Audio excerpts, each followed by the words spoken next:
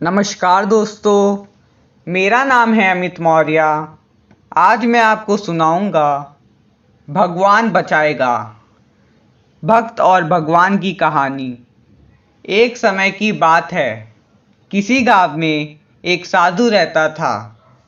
वह भगवान का बहुत बड़ा भक्त था और निरंतर एक पेड़ के नीचे बैठकर तपस्या किया करता था।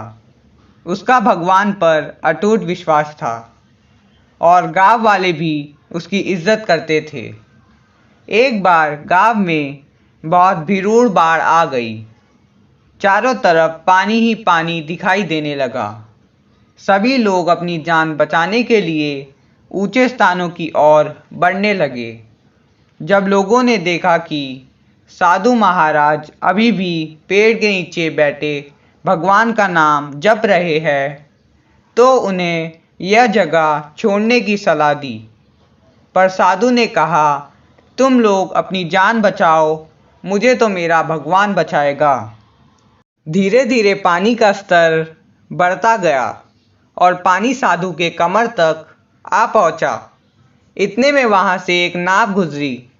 मल्लाह ने कहा, हे साधु महाराज, आप इस नाव पर सवार हो जाइए, मैं आपको सुरक्षित स्थान तक पहुंचा दूंगा।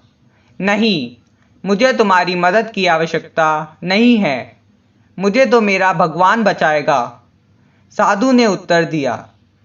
नाव वाला चुपचाप वहां से चला गया। कुछ देर बाद बाढ़ और प्रचंड हो गई। साधु ने पेड़ पर चढ़ना उचित समझा और वहां बैठकर ईश्वर को याद करने लगा।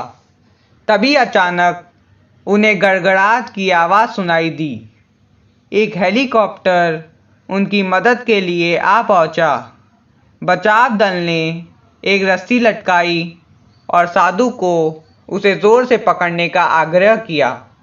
पर साधु फिर बोला, मैं इसे नहीं पकड़ूंगा, मुझे तो मेरा भगवान बचाएगा।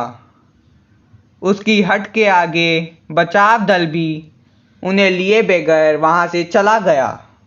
कुछ ही देर में पेड़ बाढ़ की धारा में बह गया और साधु की मृत्यु हो गई।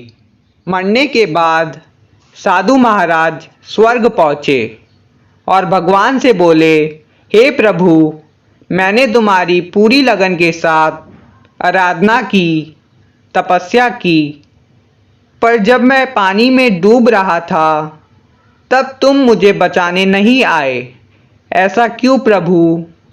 भगवान बोले, हे साधु महात्मा, मैं तुम्हारी रक्षा करने एक नहीं बल्कि 3 बार आया। पहला ग्रामीणों के रूप में, दूसरा नाव वाले के रूप में और तीसरा हेलीकॉप्टर बचाव दल के रूप में। किंतु तुम मेरे इन अवसरों को पहचान नहीं पाए। मित्रों, इस जीवन में ईश्वर हमें कई अवसर देता है। इन अवसरों के प्रकृति कुछ ऐसी होती है कि वे किसी की प्रतिभा नहीं करते हैं। वे एक दौड़ते हुए घोड़े के समान होते हैं जो हमारे सामने से तेजी से गुजरते हैं। यदि हम उन्हें पहचान कर उनका लाभ उठा लेते हैं तो वे हमें हमारी मंजिल तक पहुंचा देते हैं, अन्यथा हमें बाद में पछताना ही पड़ता है। तो दोस्तों, हमारी ये कहानी आपको कैसी लगी, हमें कमेंट बॉक्स में अवश्य बताइएगा। धन्यवाद।